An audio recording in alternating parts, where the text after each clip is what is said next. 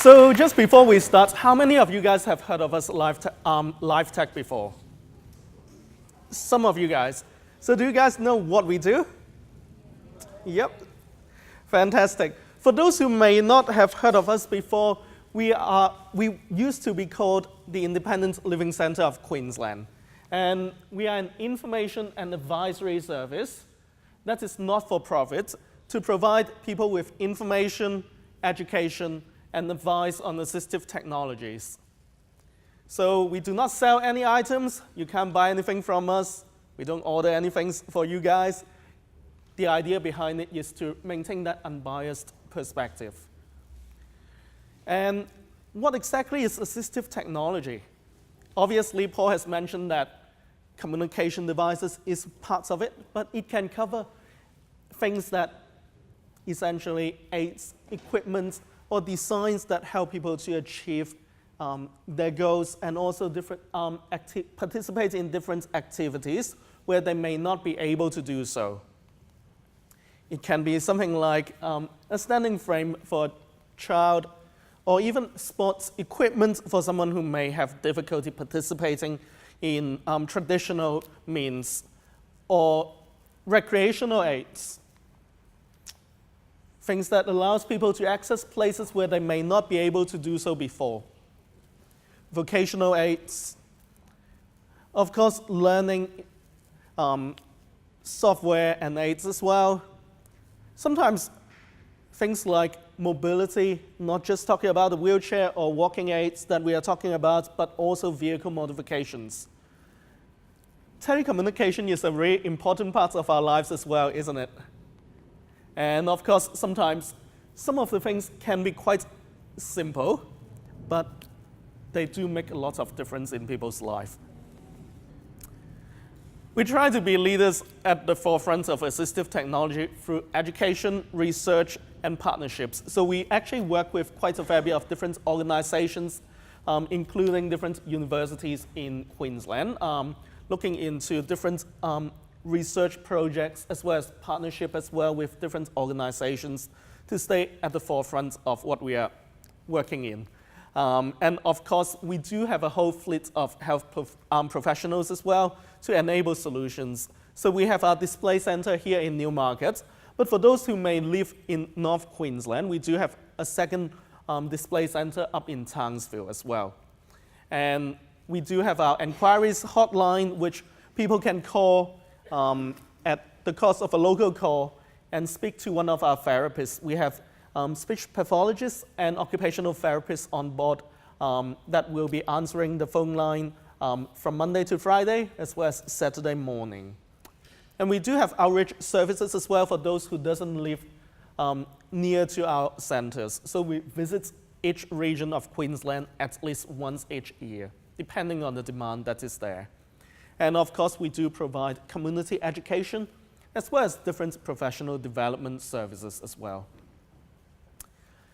The other side of it is we do have a website, and it is really useful. If you are looking for some basic information or not sure where not sure what is available or where to start when you're looking at a piece of equipment or so on, we have a lot of different information available on our website, including some free information sheets, as well as things like access to our database as well, which has over, I think, 5,000 different pieces of assistive technology on that. You will also be able to find our outreach schedule as well as our education calendar there as well. Anyways, that's the website, lifetec.org.au.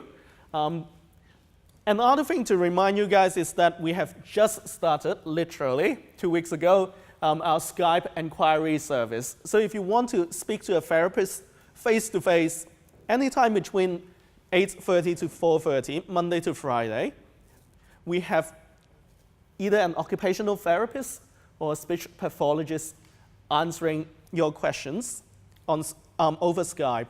So if you want to try that out, you're more than welcome to do so. I'll also let you guys know the Skype address or the Skype name later on as well so that you can connect with us. Anyways, so as I said before, today we are looking into speech generating systems. or communication aids, or communication devices, depending on which term you use. Obviously, for this particular scenario, a lot of people will be thinking about what we call high-tech AAC. How many of you guys have heard of the term AAC before? Nope, some. Okay, AAC stands for Alternative and Augmentative Communication.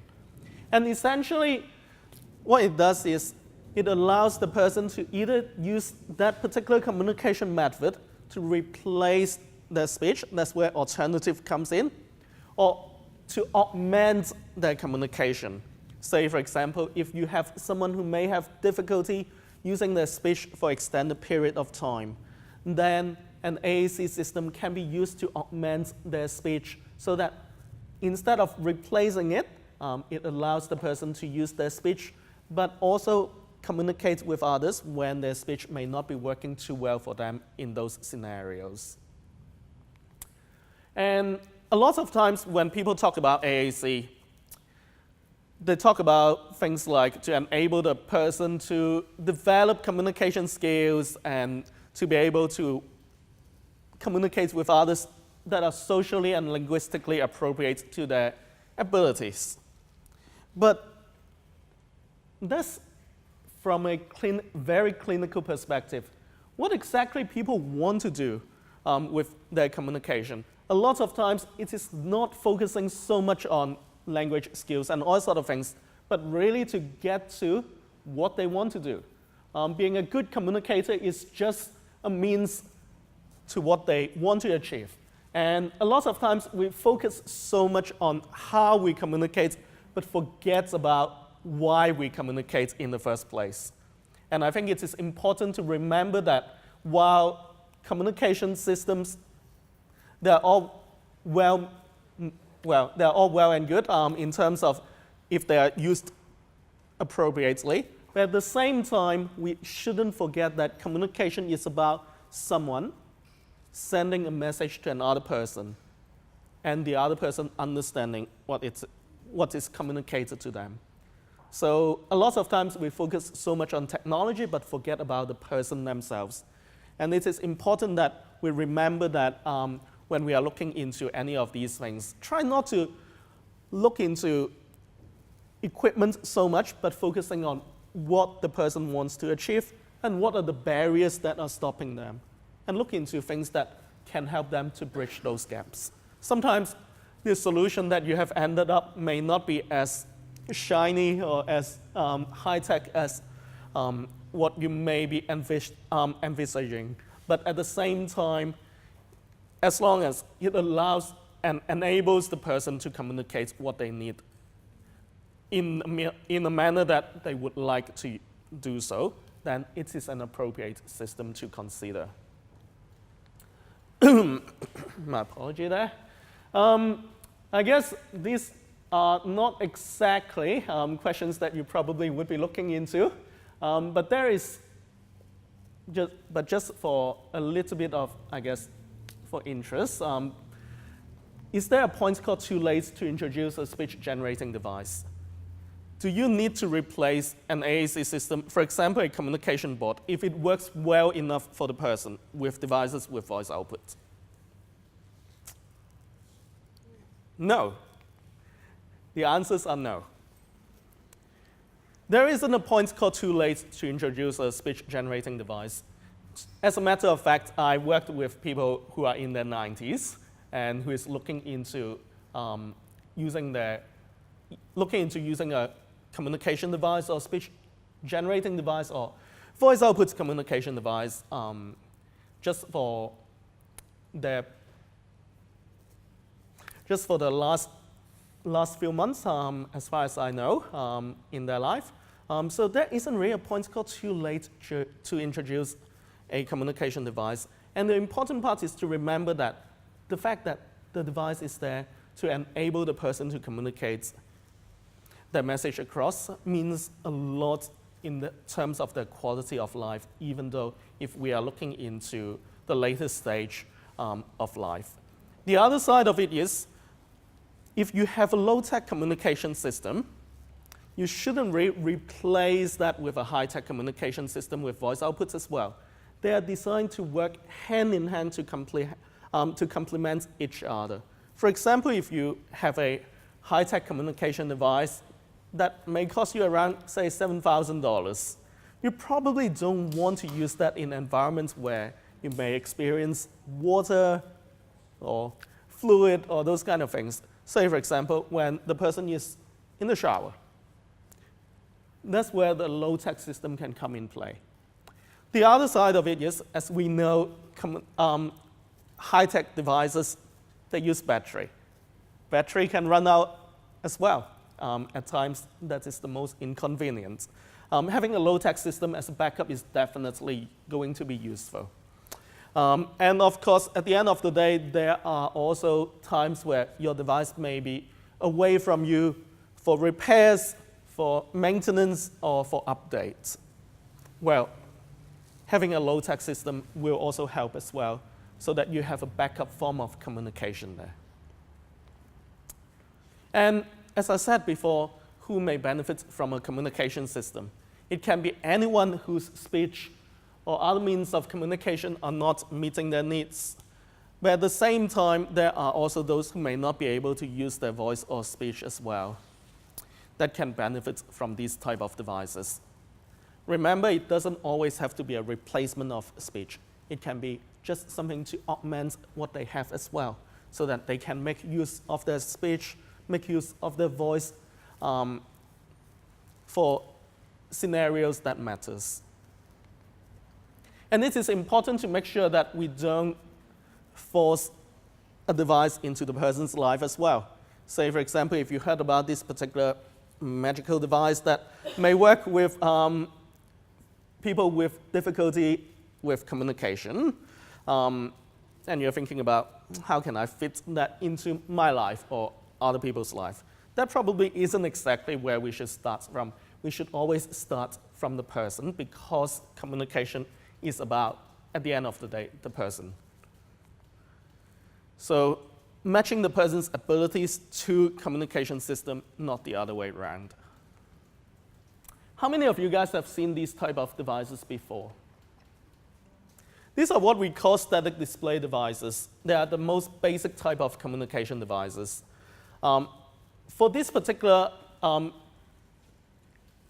demographics, for people with MND, they're probably not exactly going to be that useful. The reason being, generally, they tend to have limited amounts of vocabulary that you can put in, or phrases that you can program into these devices. And as we all know, that can be quite limiting, especially if you cannot change what is on there independently as well. So, and that is why there are devices that, instead of using, say, a piece of paper, I'm not sure whether that is clear enough, but all of these symbols are actually printed on a piece of paper, and they represent what is being recorded on the device itself. So there are also devices that are more, computer-based. And obviously, there are different types of method to represent language. And one of them is what we call MinSpeak. How many of you guys have heard of that before? Nope. Okay, so the idea behind it is that they uses combinations of symbols to represent different messages. Say, for example, the boy going into the swimming pool represents the concept of water. And the paintbrush represents the concept of adjective. Water, adjective, you get the word wet.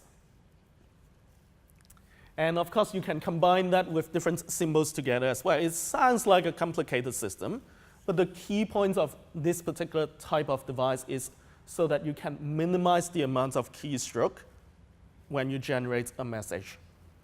And that can be quite important for someone with MND, where part of the consideration is to conserve the amount of energy that you spend when you are carrying out your daily task as well.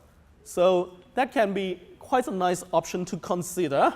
And there are a range of devices that will run, that will use this type of language system.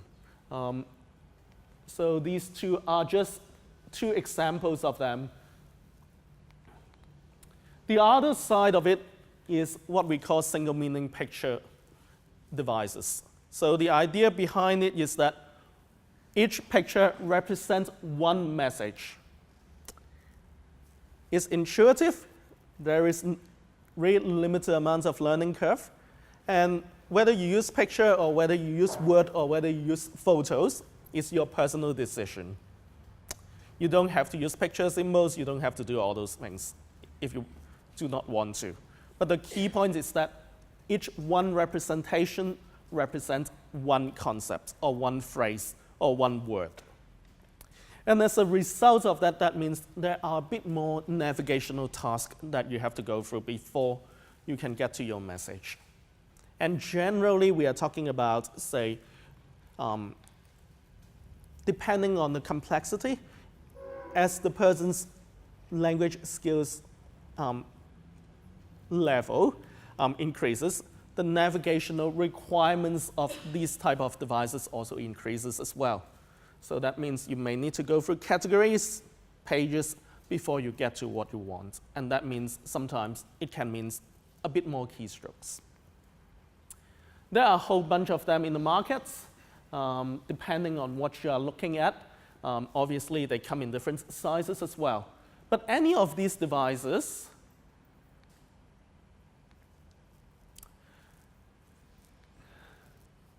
as you can see there, they use a touch screen. And as we know, for people with MND, that may not always be a viable solution, especially if the person's hand function is being affected by the condition as well. So just bear in mind with that as we look into a whole range of different options later on as well. So these are what we call text-to-speech devices. How many of you guys have heard of LightWriter before? Nope, okay. Those are some of the more iconic text-to-speech devices. They were designed for people who can obviously spell and generate their own messages via typing and spelling. But at the same time, some of them also allows you to access the device without using the keyboard as well, similar to what we have seen just now on some of the touch screen or what we call dynamic display devices. So just bear in mind with those. And of course, beyond dynamic display device and text-to-speech device, we also see some communication software and applications as well on different type of devices, whether it is the iPad or normal computers. From things that are relatively simple to some of the relatively sophisticated systems as well. For example, on this particular communication software, you can press this button, and that will allow you to access a whole range of remote controls. So you can use that to control your TV, your lighting, opening doors, windows around your home, and even the aircon. So that can be quite useful for someone who may be looking into a communication system, but at the same time also wants to obviously control their immediate environments as well. And there are lots of communication devices that actually have those capacity as well, which we'll come across later on. The other feature that a lot of these type of devices or software that we have seen these days is the integration of computer access as well. As we know, communication these days is not just about face-to-face communication. Telecommunication and communication over the internet plays a huge part in our lives as well. So there are lots of these type of software or devices does have that capacity for you to not just communicate face-to-face, but also with people who may be far away from you. And of course, to also access things that you may need to use as well, beyond just email or messaging, things like your music, your videos, even Word and Excel if you want to do some office work. That's just another type of communication software. And when we are talking about communication software, lots of times we think about computers.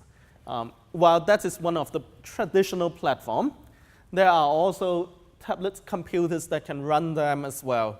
And they come in all different shapes and form, whether it is tablets that runs on Windows, or when we talk about iPad, iPhones, iPod.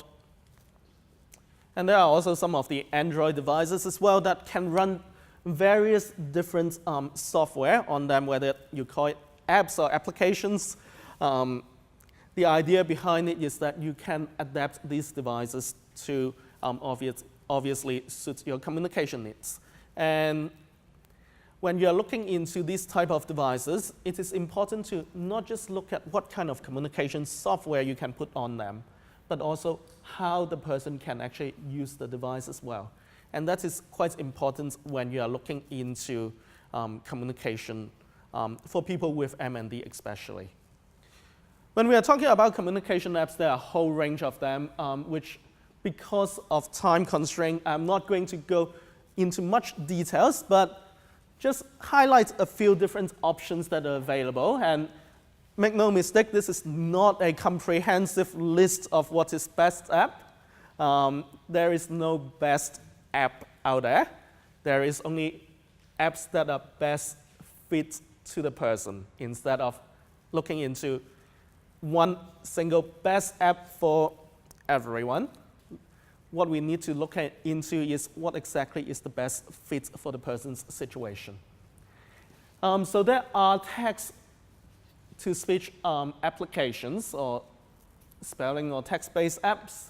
For example, Predictable. This is one of the apps that I believe Paul is looking into for the iPad that you guys are going to loan out.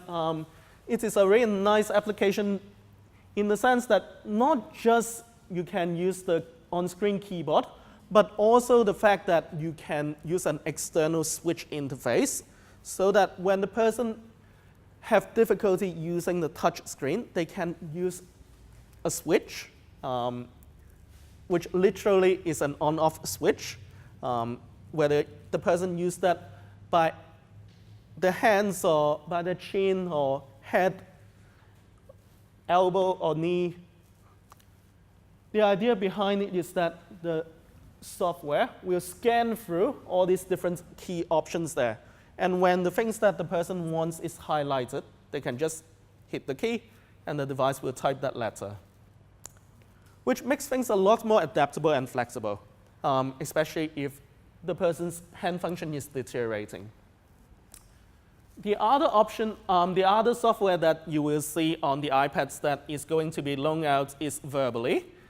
It is quite a nice software as well for those who can use the keyboard on the touch screen.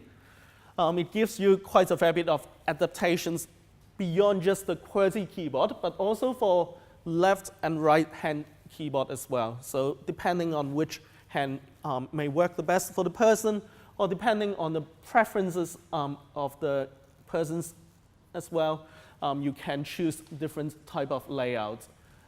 And it also gives you word prediction as well as you type, which helps, again, reducing the amount of effort that is required.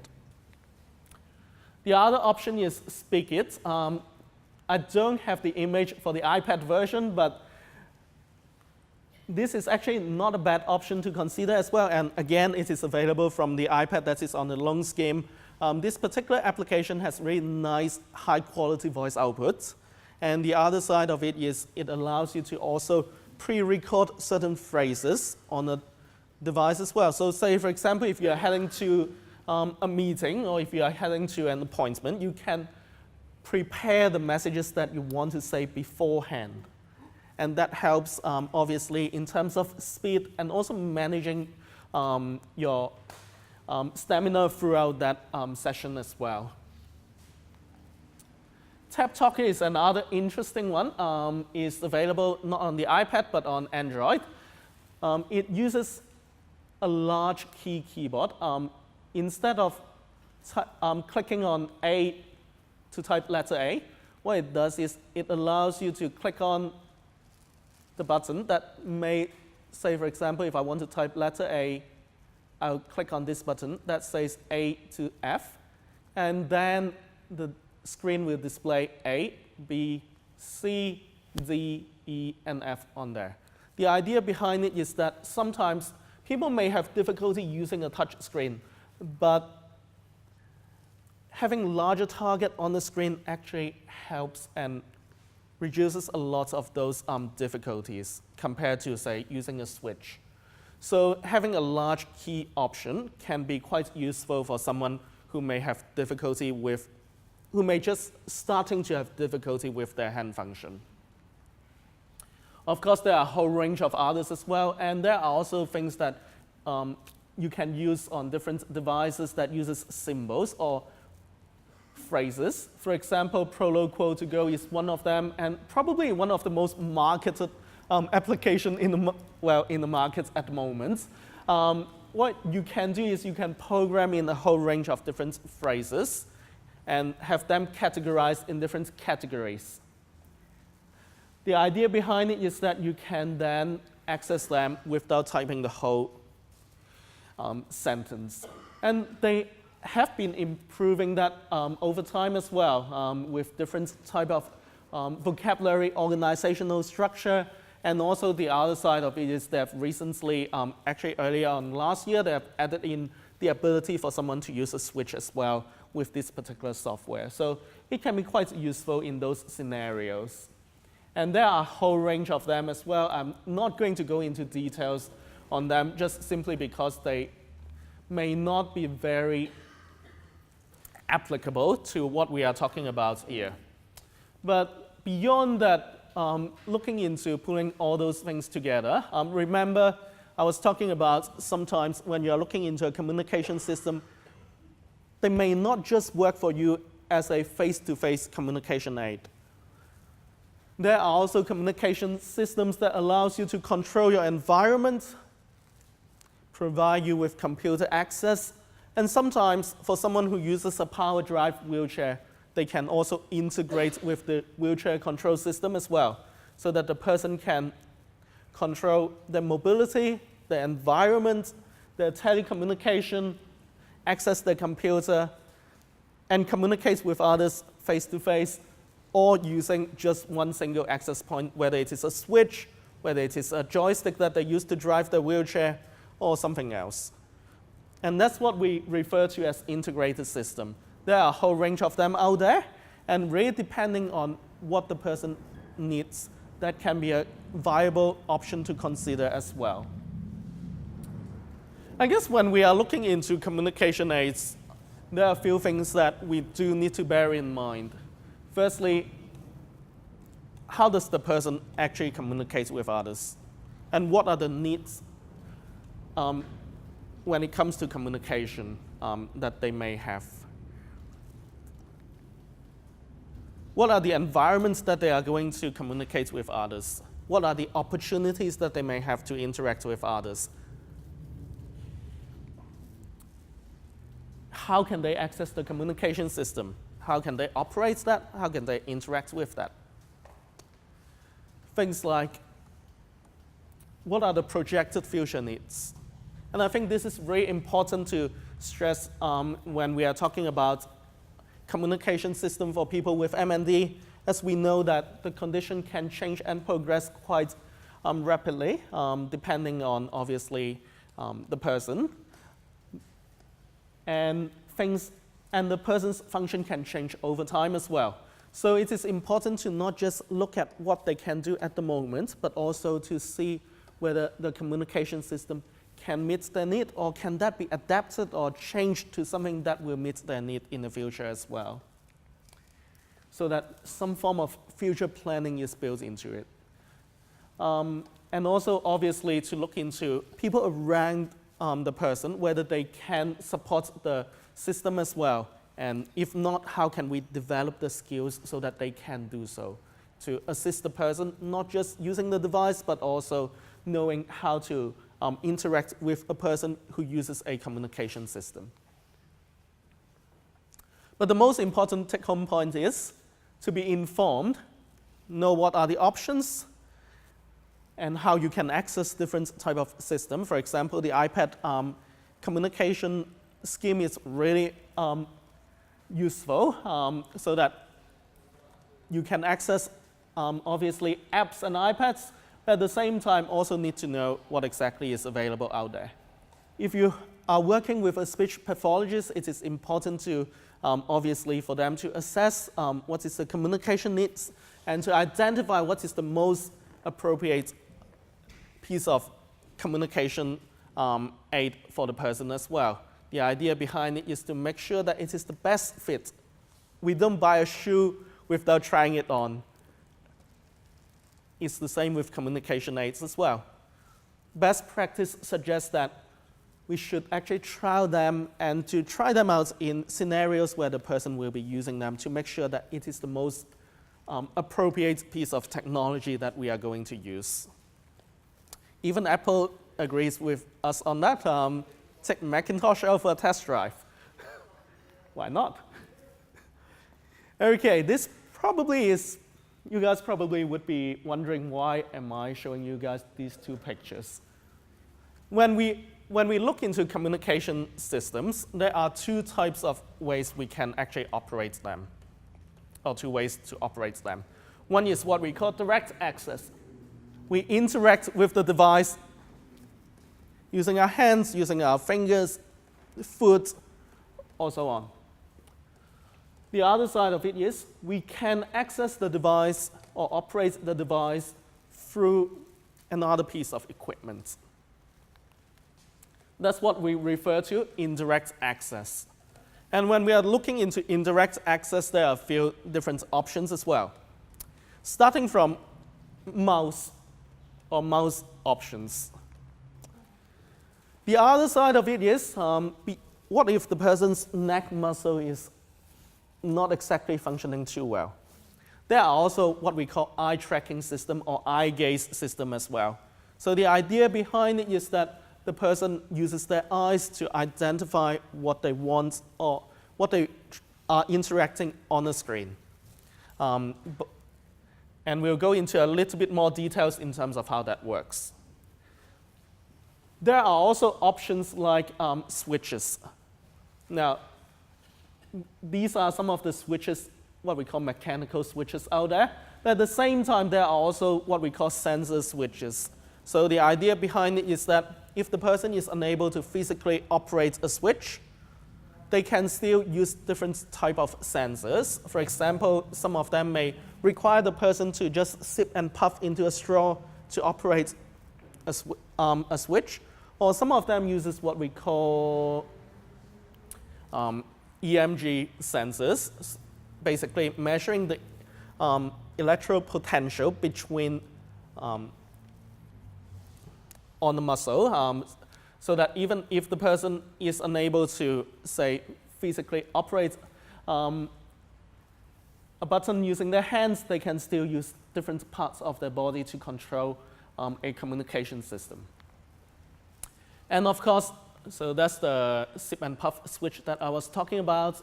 When we are looking into switches, besides the types of switches, we also need to look into where to position them and what exactly is the most comfortable type of switch or the easiest type of switch the person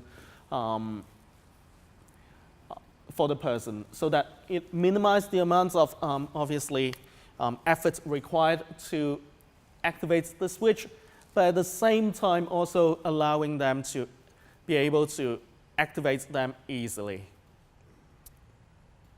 And I believe with MND and Me, Paul and his team is looking into some of the switch options as well for those who may need to look into using switches with the iPad applications that they are looking at. So that's definitely something worth inquiring about when you guys are looking into that. Okay, alternative mouse options. As I said before, there are a whole range of them. So besides standard mouses or adapted mouse, there are also trackballs.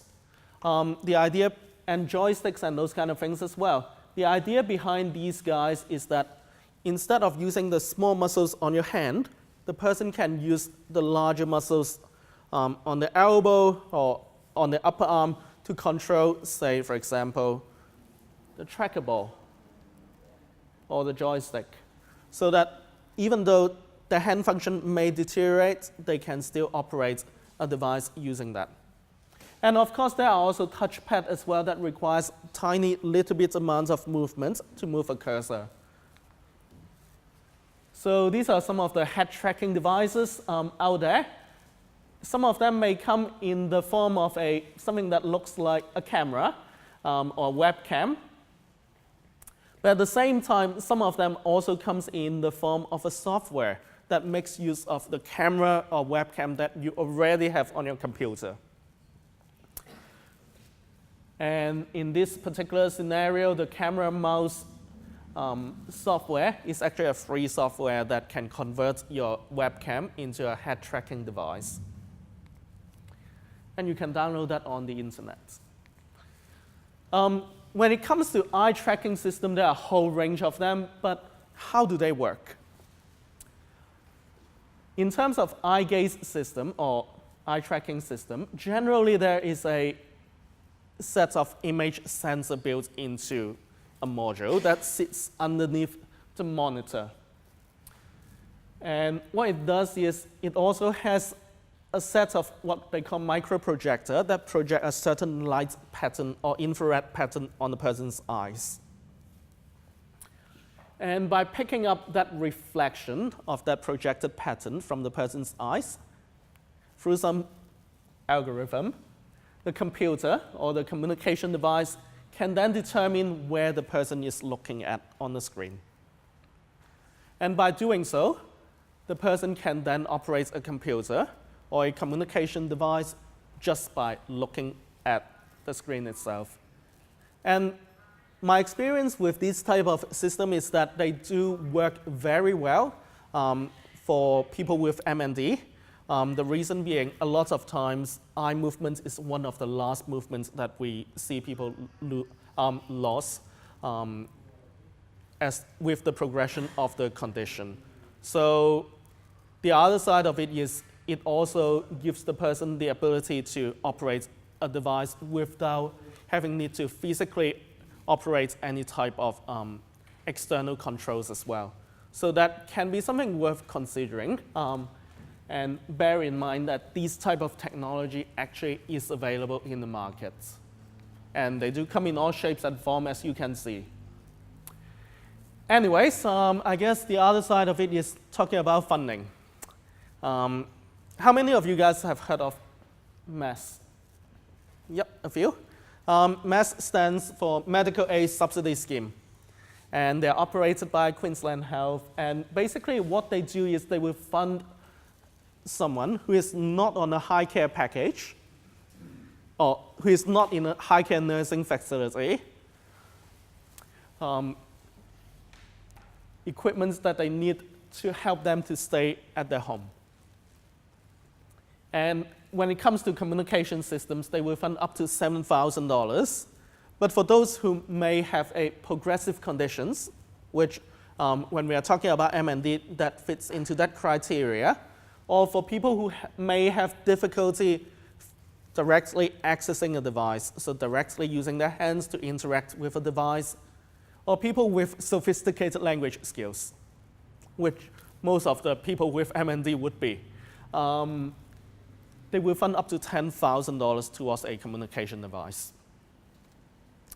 However, you do have to be aware that they will not fund anything that is not purposely built for someone who has a communication disability. So if you are thinking about using a computer or an iPad, then unfortunately, they will not fund this type of equipment. So what they will fund is a device that is built from the ground up as a communication device. They will also fund communication software as well. For those who need, up to $750. But at this point of time, they are not funding apps under this category. I believe they are looking into that and they're working out the administrative side of things, but unfortunately at this stage, they are not doing that yet. They will also fund voice amplification devices, up to $475. And all these funding are renewable 5 yearly. So besides looking at what you need right now, you also want to look into what the needs may be 5 years down the track when you're applying for this type of funding. So you want to make sure that the system that you are looking at is flexible enough for you right now, as well as down the track as well. And that's where you need to look into the projected future needs are. And if you want more details, you can visit their website, which is there, or you can also get in touch with us and we can point you to the right direction as well. The other funding option is what we call KT, or depending on who you speak to, which stands for the Community AIDS Equipment and Assistive Technology Initiative. Now, unfortunately, in order for you to be eligible for this funding, you have to be a disability service client.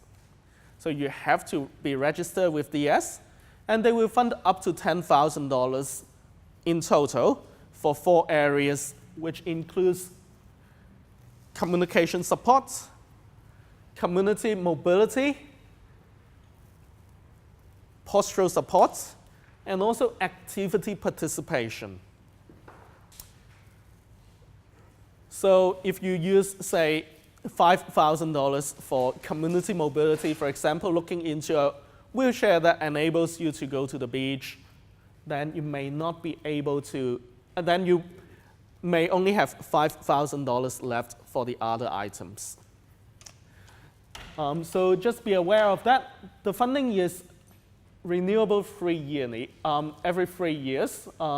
And of course, it is designed to assist people to access community, as mentioned in the name of the funding. So if you are looking into something that to be used at home, unfortunately, they will not fund it. The other side of it is, if things are funded by mass, they will not fund it as well. So a little bit of an process there, I suppose, call it that. And what you need to do for both funding schemes is that you need to have your speech pathologist to basically prescribe and go through the trial process so that before they will fund any of the things that you have requested. Any questions so far? Nope? Good. So let's have a look into what is in the future. That's just a comic. Have any of you guys seen any of these items before? Any idea what these things may be? Brain something, yes. That's what we call brain-computer interfaces. And the idea behind it is that they pick up the person's EEG and EMG signals, and essentially using that signal to provide an input to a computer. Not so much reading your mind, but think of it as a very advanced switch or joystick. So for example, if you are, I actually have one of those myself that I play with. So basically what they do is, with the one that I have, for example, just as an example, if you increase your focus or attention to a certain thing on the screen, you can use that to move the joystick up. Or if I move my eyes around, then it will move that towards the left or right as well by picking up the muscle signals that is used to move your eyes. So there are quite a fair bit of potentials there, but at the same time, they're not really ready for mass market yet for most of them. It is experimental, but this particular one is actually available in Australia as a commercial product through one of the suppliers in Victoria. And it has been used by quite a fair bit of different users as well. So worth looking into as an option. And of course, there, in a few unis, they are also looking into implants as well to repair damaged neurological pathways. So that probably is something that we do need to look forward in the future. Not sure when it will come up, but that is definitely some areas that they're looking into. And final thoughts. Some people mentioned that devices can be miracle or so on, but at the end of the day, it is not the devices, but the people that are working around with the person. That is the miracle when it comes to communication. And they are the people that actually makes things happen instead of a device or a communication book. At the end of the day, remember that it is about the person's communication. It's not about what device, what computer we use, but the person and the message that they want to send across to others. Anyways, as I said before, we do have two different centers in Brisbane and in Townsville. And if you want to Skype us, our Skype address is LifeTec.Brisbane. Or you can also call us in our enquiries line 1300-885-886. And our website and email is there as well. All right, any questions? Yep. I talked to a uni teacher and she had a new microphone. Yep. And you got a pen, and because I can't write, if you make a symbol or a letter, apparently in a lecture you can go back to where they were talking instead of listening to an hour lecture, instead of taking notes. Is that available for advice? Do you know what to call it? I believe I know what you're talking about. You were asking about the pen that can record what you have written. Apparently, and have. Yes, a microphone that records the whole lecture and you can go back. You know what I mean? Yep, it is not a pen. I know what you're talking about. So you're talking about a voice recorder or some of those recording pen type of devices that you can record a set of communication or speech. And then you can use a voice recognition software when you're home to type that out as a document. Am I correct there? I think it's only new, and it's just a pen that takes notes. So if someone's talking a whole heap for an hour, you go back to that specific sentence or 5 minutes. It's only new. You kind of lost me there. Yep. They told me the other day.